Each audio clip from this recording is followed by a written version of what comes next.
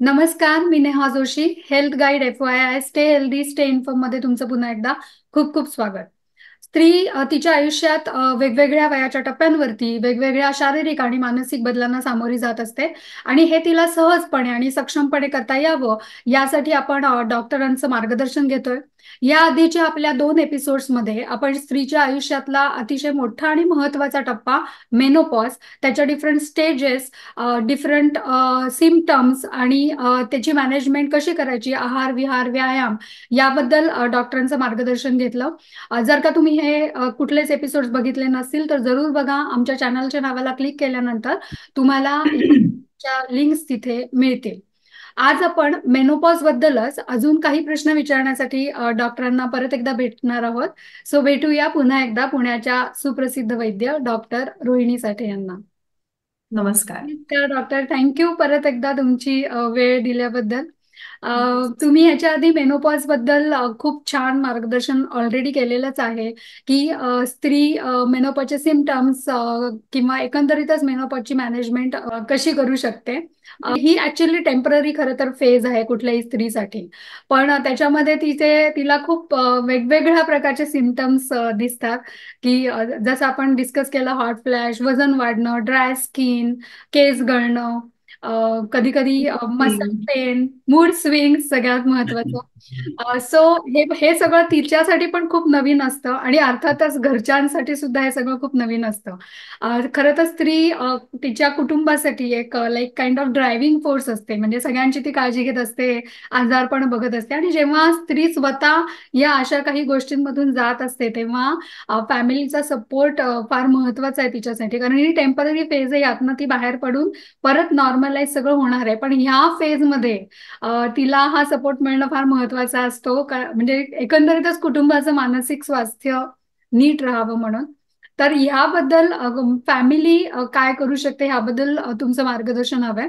पण त्याआधी मला एक प्रश्न विचारायचा आहे. तुम्ही मेनोपॉजच्या दरम्यान ह्या सगळ्या सिम्पटम्सना मॅनेज करण्यासाठी स्त्री आहार काय पाहिजे, म्हणजे तिने काय आहारात बदल केले पाहिजे ते ऑलरेडी सांगितलेलं आहेच आहे आपल्या या आधीच्या एपिसोड्समध्ये. पण ह्या व्यतिरिक्त काही एक्स्ट्रा सप्लिमेंट्सची तिला काही गरज आहे का, की जेणेकरून ती स्ट्रॉंग इनफ होईल की ह्या सगळ्याला ती सक्षमपणे सामोरी जाऊ शकते.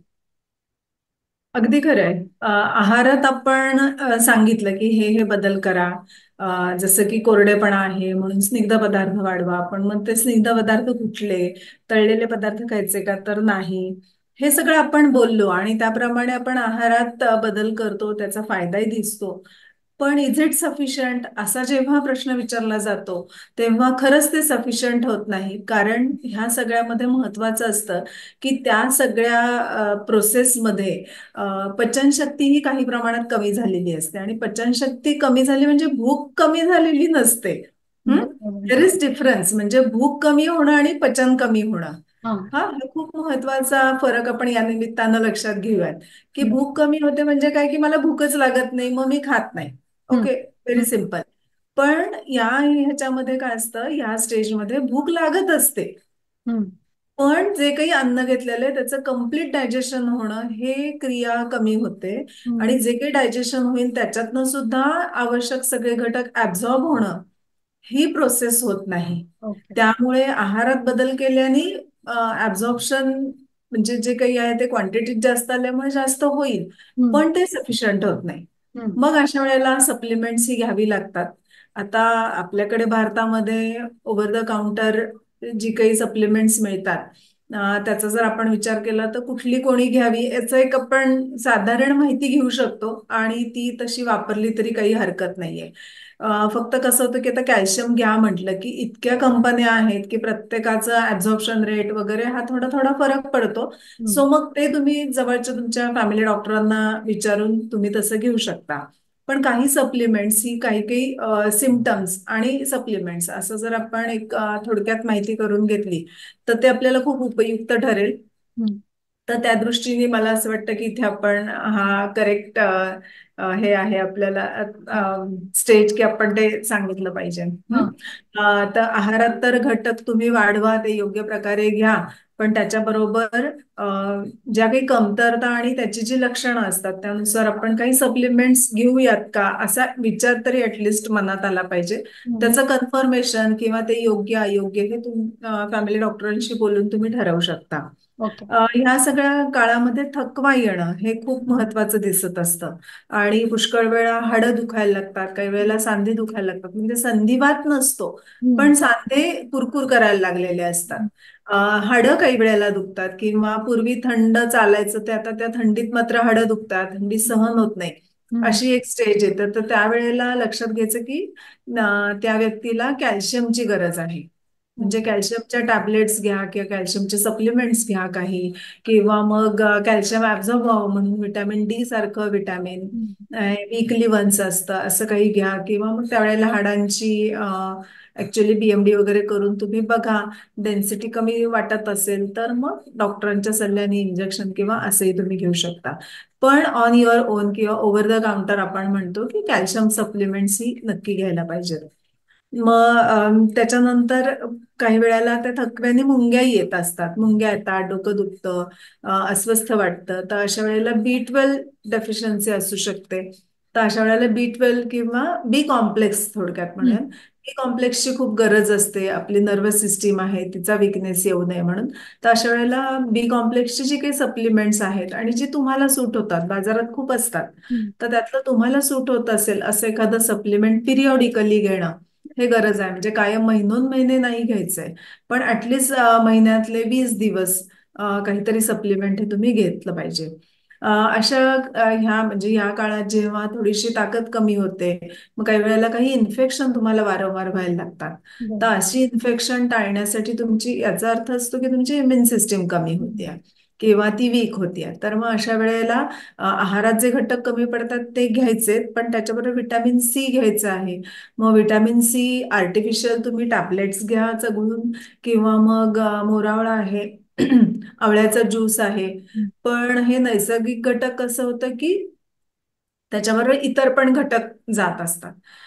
तर मग ते म्हणजे क्वांटिटी वाईज तुम्हाला ते खूप प्रमाणात घ्यावं लागतं.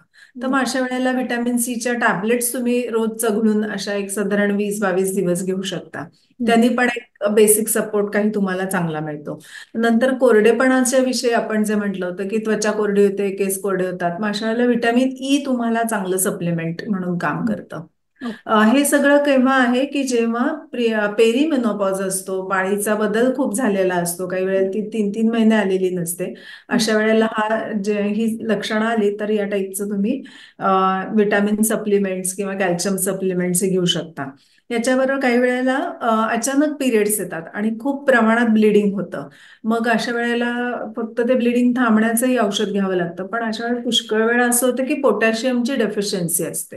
बरं. मग अशा वेळेला आपण सांगतो की नारळ पाणी प्या, तांदुळाचं धुवण प्या, ह्यांनी कमी होतं. हम्म. पण पुष्कळ वेळा तर अशा वेळेला व्हिटॅमिन के तुम्ही घेतलं किंवा केसॉल वगैरे सिरप असतात, तर अशी डॉक्टरांचा सल्ला त्याच्यात घ्यायला लागतो, कारण की त्याचं प्रमाण खूप प्रिसाईज असतं, ते तेवढंच घ्यावं लागतं. तर तेही डॉक्टरांच्या सल्ल्याने किंवा तसं अवेलेबल नाही झालं तर कधी मलाही फोन करून विचारून त्यावेळेला एक बेसिक प्रमाण की जे हार्मफुल नाहीये हम्म. असं आपल्याला सांगता येऊ शकतं. हम्म. तर अशा प्रकारे वेगवेगळ्या विटॅमिन्सची गरज ही वारंवार पडू शकते आणि ती त्या त्याप्रमाणे दिली तर खूप तुम्ही स्मूथली ह्या फेजमधून बाहेर जाऊ शकता. याच्याबरोबरच एक स्नायूंचा थकवा खूप जाणवायला लागतो, की म्हणजे पूर्वी मी 10-10 जणांचा स्वयंपाक अगदी आरामात करत होते, पण हम्म. आता किंवा 2-2 किलो रवा भाजत होते. आता तसं न होता मला अर्धा किलो रवा भाजला किंवा 10 मिनिटात स्वयंपाक काही ढवळलं की हम्म. माझे हात पाय दुखतात किंवा हात दुखतात, हात भरून आल्यासारखे होतात, अशी सिमटम्स येतात. किंवा मी बसलीये, टीव्ही पाहतीये किंवा गप्पा मारते, एक 10-15 मिनिटं झाली की मला जरा कमरेला काहीतरी सपोर्ट घ्यावा असं वाटतंय. तर हम्म. अशी जेव्हा येते तर तेव्हा कॅल्शियमची जशी गरज आहे त्यावेळेला पुष्कळ वेळा प्रोटीन्सची पण गरज असते. हम्म. तर त्यामुळे तुम्ही आहारात ती प्रोटीन्स जास्त प्रमाणात जातील असं मग प्रोटीन सप्लिमेंट्स खूप प्रमाणात किंवा खूप प्रकारचे अवेलेबल असतात. ती सुद्धा तुम्ही आहारात घेतलीत किंवा दुधाबरोबर घेतली, दूध चालत असेल आणि योग्य असेल तर, किंवा मग नुसती प्रोटीनच्या काही पावडर्स असतात त्या तुम्ही तुमच्या पोळीमध्ये किंवा आमटीमध्ये असं मिक्स करूनही आहारात तुम्ही त्या घेऊ शकता. तर अशा टाईपची अनेक प्रकारची ही सप्लिमेंट्स तुम्ही घेऊ शकता. नॅचरल मिळतील तर ती चांगलीच आहेत, पण नॅचरल घेताना हा एक महत्वाचा त्यातला भाग असतो की ते नॅचरल घटक जे आहेत ते स्वतः पचावे लागतात हम्म. आणि पचून मग ते ऍब्झॉर्ब व्हावे लागतात. हम्म. पण जेव्हा आपण आर्टिफिशियल किंवा एक्स्ट्रॅक्ट टाईप ऑफ घेतो तर कमी क्वांटिटीमध्ये आपल्याला शरीरामध्ये जास्त प्रमाणात ते ऍब्झॉर्ब होण्याचा चान्स असतो. आणि जर योग्य प्रकारे यांची मॅनेजमेंट झाली ना तर खरंच पुढचं आयुष्य जास्त हेल्दी आणि कारण खूप काही बंधनं तोपर्यंत कमी होऊन जातात. सो बरोबर. खूप जास्त प्रमाणात तुम्ही तुमचं आयुष्य फ्लरिश करू शकता. करेक्ट. खूपच छान. डॉक्टरांना तुम्हाला ह्या सप्लिमेंट संदर्भात किंवा मेनोपॉजच्या एकंदरीतच सिम्पटम्स मॅनेजमेंट संदर्भात बोलायचं असेल तर स्क्रीनवरती त्यांचा नंबर तुम्हाला आता दिसत असेल. याला कॉन्टॅक्ट करून तुम्ही त्यांना कन्सल्टेशनसाठी जरूर भेटू शकता. ओके. सो हे झालं आहार व्यायामाबद्दल तर आपण डिस्कस केलंच आहे. ऑलरेडी जेव्हा स्त्री ह्या वयाच्या स्टेजमध्ये येते तेव्हा तिची मुलं त्यांच्या त्यांच्या लाईफमध्ये सेटल झालेली असतात, त्यांच्या उद्योगात ती बिझी असतात. नवरा पण त्याच्या रिटायरमेंट एजकडे आलेला असतो आणि तो पण कामात बिझी असतो, त्यामुळे ऑलरेडी तिला लेफ्ट आउट वाटतच असतं. आणि त्याच्यातच ही काही सिम्पटम्स की आपलं वजन वाढतंय का, मग आता आपण बेढप दिसतोय का, स्किन अचानक ड्राय पडायला लागली, केस गळायला लागले, त्यामुळे आपण आता कसे दिसतोय, हे दिसण्याबद्दल पण आणि एकंदरीतच बाकीच्या सिम्पटम्समुळे तिला जास्त अजून एकाकी वाटण्याचा म्हणजे वाटू शकतं. शक्यता असते तर आणि नक्की वाटते. त्यासाठी वाटतंच म्हणजे. मग त्यावेळेला त्या स्त्रीनी पण काय केलं पाहिजे स्वतःसाठी हे समजून की ओके आता माझी मेनोपॉजची स्टेज आहे आणि त्यामुळे कदाचित हे होत असेल. कारण जरी किती आपल्याला मेनोपॉज बद्दल माहिती असेल, वाचलं असेल, ऐकलं असेल, तरी ऍक्च्युली जेव्हा आपण त्यातून जातो त्यावेळेला ते एकटेपण वाटणं आणि त्यावेळेला हे ओके हे याच्यामुळे वाटते असं विचार येणं जरा कमीच असतं. आणि त्याच्यामुळे जरा वाईट वाटणं आणि एक लेफ्ट आउटचं फिलिंग येणं जास्त मला वाटतं होत असावं. तर त्यावेळेला स्त्री स्वतः काय करू शकते हे मॅनेज करायला आणि तिच्या घरातले लोक सुद्धा हे समजून घेऊन म्हणजे मला असं वाटतं की ह्याच्यामध्ये कम्युनिकेशन हे फार मला वाटतं त्या स्त्रीकडनं होणं फार महत्वाचं आहे. फॅमिली मेंबर्सना हे सांगणं की मी आता तर कारण नॉट नेसेसरी मुलांना किंवा नवऱ्याला हे माहिती असेल की असे असे सिम्पटम्स बिकॉज ऑफ मेनोपॉज असू शकतात. मे बी त्यांना असं वाटू शकेल की बाबा एकदमच अशी आई का वागायला लागली किंवा बायको का वागायला लागली. त्यामुळे मला वाटतं कम्युनिकेशन हे फार महत्वाचं असावं. तर हे स्त्री कसं कम्युनिकेट करू शकेल फॅमिली बरोबर आणि हे मॅनेजमेंट ही ह्या सिम्पटम्स बद्दल किंवा तिच्या एकाकी वाटण्याबद्दल ती काय करू शकेल नेमकं? नाही, पहिल्यांदा तर तिने हे समजून घ्यायचंय की आपली म्हणजे आता हा माहितीसाठीच आपला बरोबर. सगळा प्रोग्राम आहे. तर त्यातनं माहिती कळली आणि माझं एज त्याला पॅरलल चालू आहे, तर मी नक्कीपणे या फेजमध्ये आहे. तर पहिलं तिने ही स्वतःची जी माहिती करून घेतलेली आहे ती खरी आहे त्याच्यावर विश्वास ठेवणं आणि हा ठीक आहे आता काय काय मला करायचंय, काय काय माझी तयारी करायची, हे तिने स्वतःचं प्लॅनिंग करायला सुरुवात केली पाहिजे. आणि त्याच्यामध्ये कुठलीही स्वतःची कीव आणून घ्यायची किंवा आता मला सगळ्यांनी सपोर्ट करा असं म्हणण्याची गरज नाही, कारण तू ह्याच्यातून स्वतःच बाहेर येणारस. हा बरोबर. पहिला आत्मविश्वास ठेवायचा आहे. दुसरं म्हणजे गिल्ट मानायचा नाहीये. हम्म. पुष्कळ वेळा काय होतं की आजपर्यंत मी एकदम आरामात सगळ्यांची कामं करत होते, सगळ्यांना मदत करत होते आणि आता होत नाहीये. हम्म. तो पुष्कळ वेळा गिल्ट येतो स्त्रियांना की अरे आता माझ्याकडून होतच नाहीये, मग कोणाला काय वाटेल.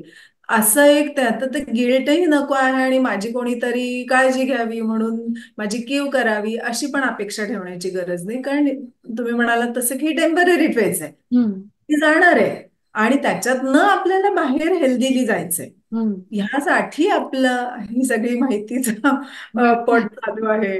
सो ते त्यातलं महत्वाचं आहे की पहिलं स्वतःवर तो जो विश्वास आहे तो ठेवायचा की मला ह्यातनं बाहेर म्हणजे बाहेर सगळेच जण पडतात, म्हणजे मला पडायचं याचाही काही संबंध नाहीये. बरोबर. सगळेच जण त्यातनं बाहेर पडतात.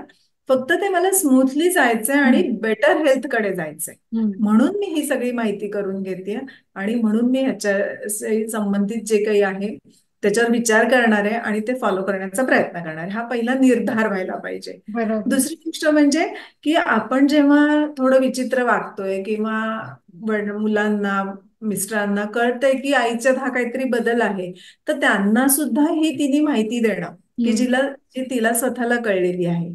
आज असं आहे की शहरी भागात काय, खेडेगावात काय, की मुलंही खूप बिझी असतात. मालक, मोठी मंडळी पण बिझी असतात आजकाल. तर मग व्हॉट्सअप हे खूप चांगलं आहे, की ते तुम्ही डायरेक्ट मेसेज करू शकता की मला हे जे जाणवतंय, मला कळतंय की तुम्हाला विचित्र वाटत असेल, त्यामुळे तुम्ही म्हणाल तसं की कम्युनिकेशन. मग आता कम्युनिकेशनचे खूप वेज आहेत. हम्म. तर ते त्यांना सांगणं की मला वाटतंय की ही फेज आहे, मी डॉक्टरांकडे जाऊन कन्फर्म करणार आहे, पण तोवर तुम्ही पण त्याची माहिती घ्या हम्म. आणि मग आपण त्याच्यावर डिस्कस करू शकतो. किंवा ऍटलिस्ट माझी ही फेज काय चालू आहे ही तुम्हाला कळेल, एवढं जरी त्यांना तुम्ही कम्युनिकेट केलं तर शेवटी घरचेच लोक असतात, ते नक्की माहिती करून घेतात त्यातनं. बरं. किंवा ऍटलिस्ट आई म्हणते तर मान्य तरी करतात. म्हणजे आयदर माहिती करून त्याच्यातल्या बेटरमेंटसाठी मदत करतील, हम्म. किंवा आई म्हणते ना ओके ठीक आहे म्हणून ऍटलिस्ट तुम्हाला ते निगेटिव्ह तरी काही अप्रोच बरोबर. करणार नाहीत. हा सगळ्यात महत्वाचा भाग असतो. आणि घरच्यांसाठी मी म्हणेन की जर तुम्हाला असं अचानक एखाद्या व्यक्तीमध्ये, घरातल्या, कुटुंबातल्या हा बदल दिसतोय, तर तुम्ही तिला चुकीचं बोलणं हम्म. किंवा हे सायकोलॉजिकल आहे असं काहीतरी म्हणण्यापेक्षा, हा डिसीज नाहीये, ही फेज आहे, तर तिची माहिती करून घ्या आणि त्यामध्ये आपण कसं सांभाळू शकतो किंवा तिला ह्यातनं बाहेर पडण्यासाठी, स्मूथली बाहेर पडण्यासाठी कसं मदत करू शकतो, हे त्या व्यक्तींना कळेल. आणि त्यांनी काही खूप करायचं नसतं, पण ठीक आहे आता तिची जरा कामाची गती मंद आहे ना, हे समजून घ्यायचं. मग मला 8ला डबा हवाय ना, मग तिला 6लाच सांगा की आई जरा डबा हवाय, किंवा ह्या वेळेत मला डबा हवाय आणि तू थोडीशी लवकर कामाला लाग, हम्म. असं सांगणं. आणि ते सौम्य शब्दात सांगणं. ते हम्म. अपमानास्पद वाटेल किंवा समोरच्याला गिल्ट येईल हम्म. अशा स्वरूपात किंवा अशा शब्दात न सांगणं हे सगळ्यात महत्वाचं आहे. किंवा खूपच त्यांना बांगळं करणं की बरं राहू दे राहू दे, मीच करतो, किंवा राहू देत आपण हम्म. करून घेऊ, असं खूप कीव केल्या इतकं पण करायचं नाहीये. कारण मग ते इंडिपेंडंट राहणार नाहीये, ती व्यक्ती डिपेंड होत जाईल आणि मग खरी ती तिची म्हणजे हेल्थ सुधारण्याऐवजी बिघडेल. तर हा जो एक तारतम्याचा भाग आहे तो त्याच्यामध्ये सांभाळणं अवतीभोवतीच्या लोकांनी, हे सगळ्यात महत्वाचं आहे. आपण मागेही खूप आजारांमध्ये बघितलं की पेशंटनी स्वतःची माहिती करून घेणं आणि स्वतः पथ्यपाणी पाळणं, ह्याच्याबरोबर तो त्यातनं बरा होईल ह्यासाठी आजूबाजूंचे म्हणजे परिचारक, आयुर्वेदात त्याला परिचारक म्हटले की बाजूने फिरणारे लोक, तर हा. त्यांनी कसं वागलं पाहिजे हे जसं बघतो, त्याच्या मेनोपॉज मध्ये सुद्धा हे घरच्यांचं कर्तव्य आहे की त्यांनी या काळामध्ये कसं वागलं पाहिजे किंवा काय माहिती करून घेतली पाहिजे, काय गोष्टी सप्लिमेंट्स वेळच्या वेळी आणून देणं, किंवा लक्षात राहिलं नसेल तर त्या लक्षात आणून देणं, हे काम केलं पाहिजे. म्हणजे हा भाग स्मूथली तिच्यासाठी जरी असला, ती त्यातनं स्मूथली बाहेर पडली तरी म्हणजे शेवटी विचार केला तर ते कुटुंबातच चांगलं किंवा कुटुंबातली बरोबर. हार्मनी टिकण्यासाठीच आहे. बरोबर. कम्युनिकेशनचं तुम्ही खूप छान सांगितलं. जसं व्हॉट्सअपचा उपयोग आपण नुसते मॉर्निंग, गुड अगदी मॉर्निंग हो. वगैरे मेसेजेस पाठवण्यापेक्षा, आणि नॉट नेसेसरी प्रत्येक जण घरी त्या त्या वेळेला अवेलेबल असेल, हो त्यापेक्षा ना. तुमचा फॅमिली ग्रुप तर आपल्याकडे असतंच, आपण करतोच. त्याच्यामध्ये हे सांगून सगळ्यांनाच हे कम्युनिकेट करणं, कदाचित त्या स्त्रीला हे सगळं स्वतःच्या तोंडाने सांगणं अवघड जात असेल किंवा तिला स्वतःलाही अजून कळत नसेल की एक्झॅक्टली काय चालू आहे. हे खूपच छान तुम्ही सांगितलं. आणि अजून एक महत्वाचा मुद्दा जो तुम्ही सांगितला तो की गिल्ट स्वतःबद्दल वाटणं हे स्त्रीनी ह्या फेजमध्ये बाजूला ठेवलं पाहिजे. कारण हं. प्रत्येक जण त्याच्या लाईफमध्ये ह्या अशा टाईपच्या कुठल्या ना कुठल्या तरी फेजमध्ये जातच असतो ना. जसं आपण आजारपणात आपल्या घरच्या सगळ्यांचं सगळं नीट करत असतो, त्यांना गिल्ट फील न येऊ देता, तसं स्त्रीनी स्वतःबद्दल पण हे गिल्ट न मानता हे सगळ्या फेजमधनं मला ते गेलं वाटतं. पाहिजे. आणि लास्ट टाइम तुम्ही सांगितलं होतं लास्ट एपिसोडला की मैत्रिणींशी डिस्कस करणं हे टाळलं पाहिजे, अशासाठी की नॉट नेसेसरी प्रत्येक दोन बायकांना सेमच सिमटम्स असतील किंवा सेमच गोष्टीतून त्या जात असतील. प्रत्येकाचं घरातलं वातावरण पण वेगळं असतं, त्यामुळे त्यांना घरात मिळणारी ट्रीटमेंट पण डिफरंट असू शकते. त्यामुळे मैत्रिणीशी डिस्कस करणं हे काही योग्य असं नाही. पण जर का हे सिमटम्स खूपच म्हणजे मेंटली ती स्त्री हे सहन करू शकली नाही किंवा मे बी घरच्यांचं सहकार्य मिळालं नाही, तर तिने काउन्सिलिंग घेणं ह्याच्यासाठी महत्वाचं आहे का? म्हणजे कधी घेतलं पाहिजे जर घ्यायची वेळ आलीच तर? हा, जेव्हा कळतं की आपण ह्यातनं म्हणजे आपल्या मागच्या महिन्यापेक्षा यावेळेला काही बदल होत नाही. उलट काही भीती वाटणं हम्म, किंवा संशय येणं वाढत चाललंय आपलं, हम्म, किंवा मानसिक दौर्बल्य आपलं जाणवते की मी नाही फेस करू शकत आहेत काही गोष्टी, हम्म, असं आपल्याला जाणवायला लागतं ना, त्या स्टेजला खरं तर काउन्सिलिंगला गेलं पाहिजे. हम्म, तर त्याचा खूप चांगला उपयोग होतो की कसं मी हँडल करायचंय. हम्म, जे काउन्सिलरकडे जाऊन किंवा सायकोलॉजिस्टकडे जाऊन प्रत्येक वेळेला गोळी घ्यावी लागते असं अजिबात नाहीये, हम्म, किंवा मग त्या गोळ्या कायमच्या घ्याव्या लागतात असंही मानण्याची गरज नाही. पुष्कळ वेळा योग्य ठिकाणी बोलल्यामुळे योग्य विचार समोर येतात आणि आपणच योग्य ते बदल करतो. हम्म, खूप वेळा असंच होतं. काहीच वेळेला असं होतं की ते आपण बदल करू शकत नाही. मग समोरची व्यक्ती ती माहितगार असेल, त्यातली निष्णात असेल, तर ती तुमच्यामध्ये तेवढे बदल घडवून आणते. आणि सिम्पल म्हणजे ते परत स्मूथली परत तुम्ही मूळ ट्रॅकवर हेल्दीली येऊ शकता. आता ह्याच्यात दुसरं एक असतं की ह्या फेजमध्ये घरातले नियर अँड डिअर वन्स काही वेळेला जातात आणि हम्म, तो खूप मोठा धक्का या ह्याच्यामध्ये बसू शकतो, किंवा ती भीती वाटणं, किंवा आता मी यातनं कशी बाहेर पडू, किंवा आता मला कुणाचा आधार आहे, इतपत सुद्धा म्हणजे इतक्या स्टेज पर्यंत पण जातं. तर त्यावेळेला हे समजून म्हणजे मग ही हे थोडीशी खरं तर एक आध्यात्मिक बैठक म्हणतो आपण ना, हम्म, की म्हणजे खरं काय आहे. तर खरं असंच आहे. म्हणजे त्याच्यावर एक मी कथा ऐकली होती की एक स्त्री असते, राणी असते ती, तिचं मूल जातं आणि मग ती खूप शोक करत असते की हे माझं मूल गेलं काय वगैरे. तर तेव्हा एक दूत येतात आणि ते म्हणतात की गेलेत, म्हणजे हे खूप वाईट झालंय की तुझा मुलगा आता नाहीये, पण तू मला सांग बरं, मागच्या जन्मात तो मुलगा कोण होता तुझा, किंवा तुझा मुलगा कोण होता, हाच होता का? मग तेव्हा तुझा नवरा कोण होता, तू कोण होतीस, हे काही तुला माहितीये का? हे जसं माहिती नाहीये, ती एक फेज होती, त्याच्यात तू होतीस. मग त्याच्यातनं तू स्मूथली बाहेर आलीस. या फेज मध्ये जी काही समोर सुख आली ती उपभोगलीस, दुःख आली ती सहन केलीस.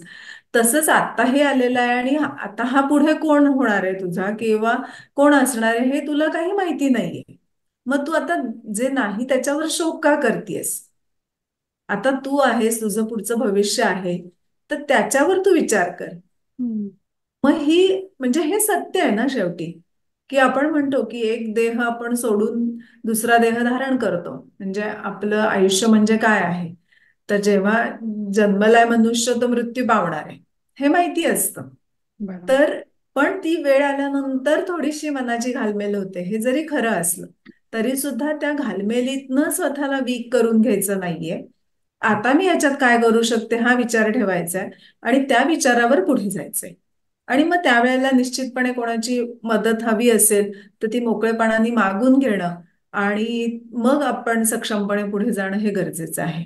आता हे एक आपण वियोगाचं म्हणतो, पण अशा वेळेला तर पुष्कळ वेळा असं होतं की मुलं मोठी झालेली असतात, उच्च शिक्षणासाठी लांब जातात, हम्म, काही वेळेला तिथेच सेटल होतात. अशा वेळेला सुद्धा ते मनाला एक थोडासा एकाकीपणा आणणारी गोष्ट आहे.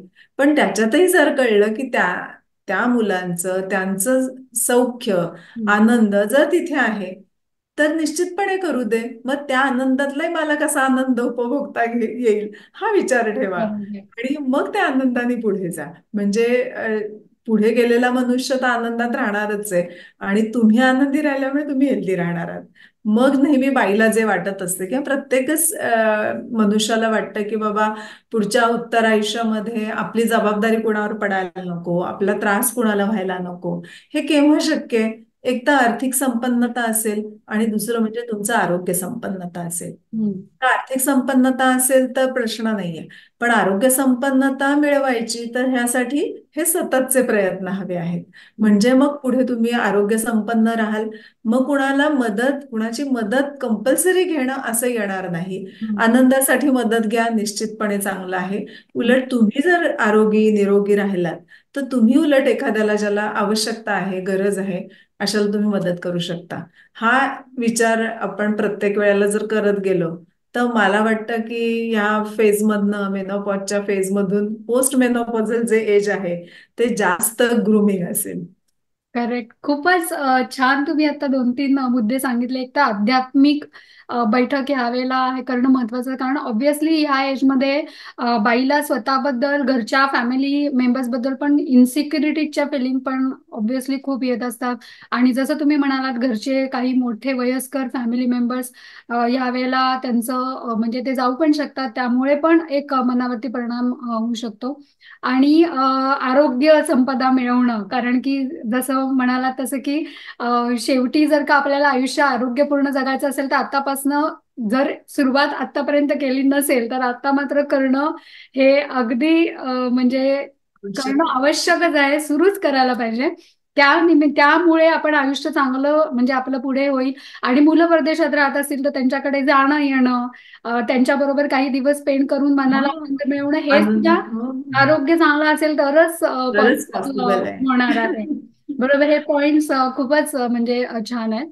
तुम्ही बाकी मनाच्या शांतीसाठी मेडिटेशन किंवा आता काउन्सिलिंग, म्हणजे जेव्हा तिचे सिमटम्स खूप जास्त होत असतील असं तिला वाटत असेल तेव्हा घ्यायचं, सगळं ठीक आहे. पण तिच्या दिसण्यावरती सॉरी, तिच्या दिसण्यावरती पण परिणाम होतोय, मूड स्विंग्स होत आहेत, याची तिला स्वतःला खरं तर आत्म जाणीव आहे. अशा वेळेला ती जर का काम पण करत असेल, नोकरी पण करत असेल किंवा तिचा काहीतरी बिझनेस असेल, तर त्यावेळेला मीटिंग्समध्ये किंवा लोकांशी, कुलिगशी डील करताना तिचा कॉन्फिडन्स थोडा कमी होण्याची पण शक्यता असते. जे ती पूर्वी कॉन्फिडेंटली करू शकायची ते आता मे बी तिला थोडंसं, अरे आपण कसे दिसतोय, आपण बरोबर बोलतोय का, आपण चिडून बोलतोय का, असं वाटण्याची आणि त्यामुळे कॉन्फिडन्स लूज होण्याची शक्यता असू शकते. हे ती कसं एखादी स्त्री हँडल करू शकेल? त्याच्यासाठी प्लॅनिंग हे खूप महत्वाचं आहे की अशा वेळेला पूर्वी अगदी सहजपणे 2-4-5-6 मीटिंग आपण करून जातोय.